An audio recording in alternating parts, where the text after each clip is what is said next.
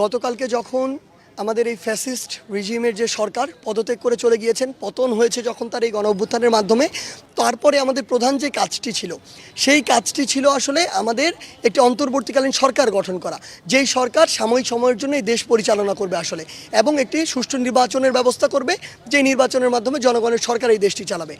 সেই জায়গা থেকে এই অন্তর্বর্তীকালীন সরকার দেওয়ার আমাদের প্রধান যে একটি শর্ত ছিল, সেই শর্তটি ছিল এই যে সংসদ, এই সংসদটিকে বিলোপ করা, ভেঙে দেয়া। সেই জায়গা থেকে যখন কিছুক্ষণ পূর্বেই এই সংসদটিকে ভেঙে দেওয়া হয়েছে রাষ্ট্রপতির আদেশক্রমে এবং তিন বাহিনীর প্রধানদের পরামর্শক্রমে, সেই জায়গা থেকে আমরা বিশ্বাস করি আমাদের যে পরবর্তী ধাপগুলো এগুলো সহজ হলো। আপনারা দেখবেন অল্প কিছুক্ষণের মধ্যেই আসলে আমাদের যে অন্তর্বর্তীকালীন সরকার যে পূর্ণাঙ্গ প্যানেল সেটি প্রকাশ পাবে। আপনারা ইতিমধ্যেই জানেন যে আমাদের এই প্যানেলের প্রধান উপদেষ্টা হিসেবে থাকবেন প্রফেসর ডক্টর মোহাম্মদ ইউনূস, যিনি শুধু এই বাংলাদেশে নন, পুরো বিশ্বে এমন একটি ফেস যার গ্রহণযোগ্যতা প্রশ্নাতীত। সেই জায়গা থেকে আমরা বিশ্বাস করি আমাদের পুরো প্যানেলটি আসলে এমন হবে যে এই প্যানেলটি হবে নির্দলীয় প্যানেল, এবং এই প্যানেলটির প্রত্যেকটি মানুষের উপরে দেশের প্রত্যেকটি স্টেক হোল্ডারের আসলে সে আস্থার জায়গাটি থাকবে। কারণ তরুণ প্রজন্ম আসলে কোনো দল নিয়ে চিন্তা করছে না, তরুণ প্রজন্ম চিন্তা করছে যে আগামীর বাংলাদেশকে কিভাবে এই দলাদলির বাইরে গিয়ে একটি ভালোর দিকে নিয়ে যাওয়া যায়। সেই জায়গা থেকে আমরা বিশ্বাস করি আমরা যখন এই নির্দলীয় যে আমাদের যে অন্তর্বর্তীকালীন সরকার যে প্যানেল এটি দিয়ে দিলে, সেই সরকার তিন বাহিনীর সাথে সমন্বয় করে বা পুলিশ সহ যারা রয়েছেন সকলের সাথে সমন্বয় করে এই অন্তর্বর্তীকালীন সময়টুকু সুন্দরভাবে এই দেশ পরিচালনা করবেন। এবং বাংলাদেশের বিভিন্ন জায়গায় সংশোধনের আসলে প্রয়োজন রয়েছে, যেমন এই নির্বাচন ব্যবস্থার উপর মানুষের কোনো আস্থা নেই, বিগত 16 বছর বাংলাদেশে কোনো নির্বাচনই হয় না। সেই জায়গা থেকে ওই নির্বাচন কমিশন বা ওই নির্বাচন কমিশনে যারা রয়েছেন তাদের যে সংস্কারের বিষয়টি বা পরিবর্তনের বিষয়টি, সেখানে হাত দিতে হবে। সংবিধানের বেশ কিছু জায়গা রয়েছে, বেশ কিছু ধারা রয়েছে যেখানে পরিবর্তনের জন্য কাজ করতে হবে। এমন বাংলাদেশের বিচার ব্যবস্থা থেকে শুরু করে বিচার ব্যবস্থা বা আপিল বিভাগে ওই সকল বিচারকদেরকে বসানো হয়েছিল যারা আসলে ওই দলের তোষামদি করতো, সেই জায়গাগুলোতে আমাদের হাত দিতে হবে। আমরা চাই বিবেকবোধ সম্পন্ন মানুষ যারা আইনের মধ্যে থেকে আইনের মতো করে চলে বাংলাদেশকে একটি সঠিক দিকে নিয়ে যাবে। এই একদম যে বিষয়গুলো পরিবর্তন জরুরি সেগুলো পরিবর্তন করার মাধ্যমে একটি সুষ্ঠু নির্বাচন হবে বাংলাদেশে 16-17 বছর পরে, এবং এর মাধ্যমে জনগণের সরকার নির্বাচিত হবে আসলে, যেখানে আমরা বিশ্বাস করি তরুণ প্রজন্মের অনেক বড় একটি পার্টিসিপেশন থাকবে। মানুষ আসলে বিরক্ত, মানুষ এই দল এই সব দলের কথা শুনতে শুনতে বিরক্ত। রাজনীতির প্রতি বিতৃষ্ণা ভাব তৈরি হয়েছিল আসলে, রাজনীতি শব্দটি শুনলে নাক শীতকাতো আসলে। সেই জায়গা থেকে আমাদের বের হয়ে আসতে হবে, কারণ আপনি যদি এই মেধাবী তরুণদেরকে ওই জায়গাটিতে জায়গা না করে দেন, তাহলে তুলনামূলক অযোগ্য যারা ছিল তারা ওই জায়গাটিতে বসবে।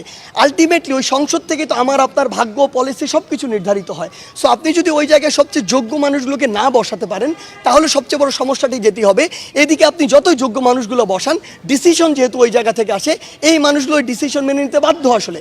সেই জায়গা থেকে আমরা বিশ্বাস করি বাংলাদেশের তরুণ প্রজন্ম আসলে রাজনীতির দিকে তার আগ্রহটি দেখাবে, এবং তারা অবশ্যই এই যে নির্বাচন, যাদের নির্বাচনের ওই মিনিমাম শর্তগুলো পূরণ করার সক্ষমতা রয়েছে, তারা অবশ্যই এগিয়ে আসবে, তারা নির্বাচন করবে। ফলাফল নির্ধারণ করবে বাংলাদেশের মানুষ, এবং আমরা বিশ্বাস করি অন্তত আজকে 2024 সালে আজকের এই দিনে দাঁড়িয়ে যে বাংলাদেশের মানুষ এখন তরুণ প্রজন্মের উপরে আস্থা করা শুরু করেছে, এবং নির্বাচনে আমরা সেটি দেখতে পাবো। দেখুন, আইন শৃঙ্খলা বাহিনীর সাথে জনগণের যে একটি আসলে দূরত্ব সেটি সৃষ্টি হয়েছে, সেটি নিয়ে আমাদের আসলে কোনো দ্বিমত নেই। কিন্তু আপনার একটা জিনিস বুঝতে হবে, আমরা বিশ্বাস করি জনগণের এই জিনিসটি বুঝবে। আইন শৃঙ্খলা রক্ষাকারী বাহিনী যে কাজগুলো করেছে তারা স্বেচ্ছায় করেনি, কিন্তু তাদেরকে করতে বাধ্য করা হয়েছে। তো সেই জায়গায় দূরত্বটি তাদের সাথে নয় আসলে। আমরা বিশ্বাস করি যে ফ্যাসিস্ট সরকার বাধ্য করে এগুলো করিয়েছে, তাদের তো পতন হয়েছে। তাহলে এই আইন শৃঙ্খলা রক্ষাকারী বাহিনী এই অন্তর্বর্তীকালীন সরকারের নির্দেশে যদি আস্থা ফিরিয়ে আনার যে কাজগুলো সেগুলো সুষ্ঠুভাবে করে, অবশ্যই জনগণের সে আস্থাটি ফিরে আসবে, এবং সেটি হয়তো আজকে যখন এই সরকারটি গঠন হবে তারপর থেকেই শুরু হবে।